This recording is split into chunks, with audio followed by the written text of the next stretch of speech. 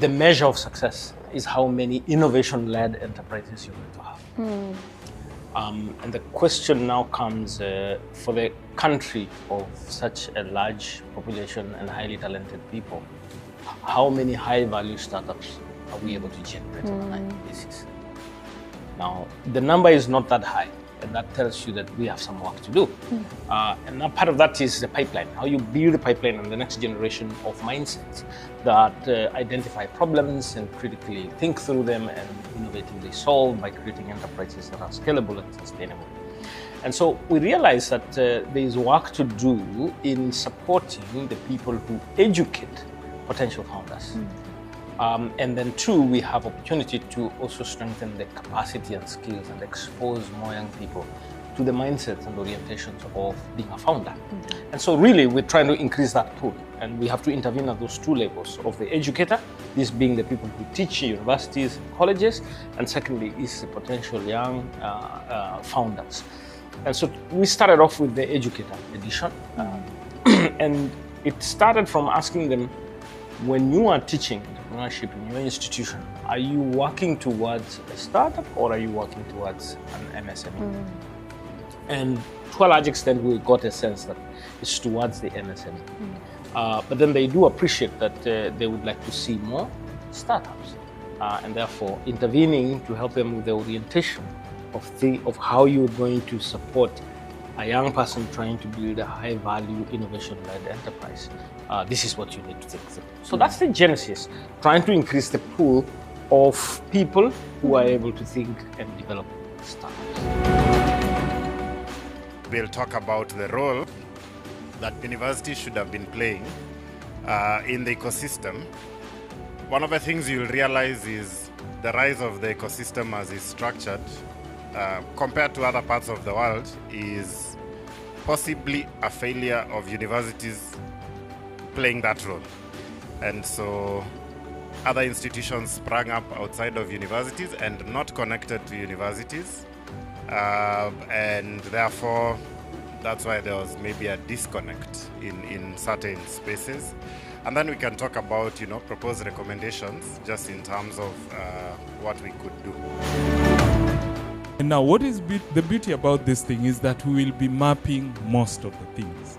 Now let's say, for instance, if I talk about entrepreneurs and they have evolved, so we are saying what are the talent gaps? What are the mindset gaps? And so we need to map them. But we need to understand it from their journey. Okay? What is required? So what I'll do just to map out the journey, and then your work will be looking at the nodes of that journey and asking yourself, what do they need for this? What do they need in terms of mindset? What do they need in terms of resources? Okay, so that gives you some very clear understanding of where to play. And when you go out there to map your organization, you can actually see this is lacking. But it's part and parcel of a process of a startup founder. How do we activate it? So what we're doing now is trying to put a connection between the educators and the people being educated.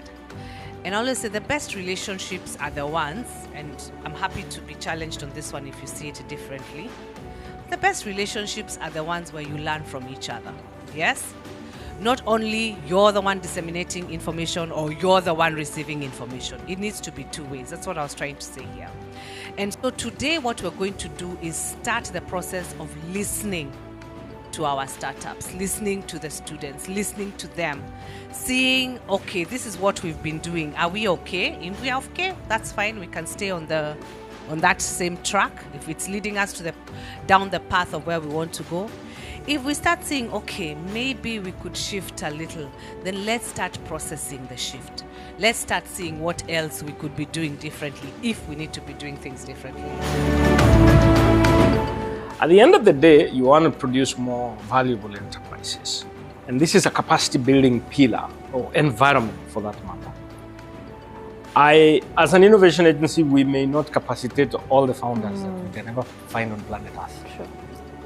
but we can leverage the educator to capacity build more founders. And so if we get it right with the educator, we are reproducing ourselves. I'm a strong believer of scalable systems. So this is a classic example. You're empowering and enhancing the capacity of the educator and then sending them back to their institutions.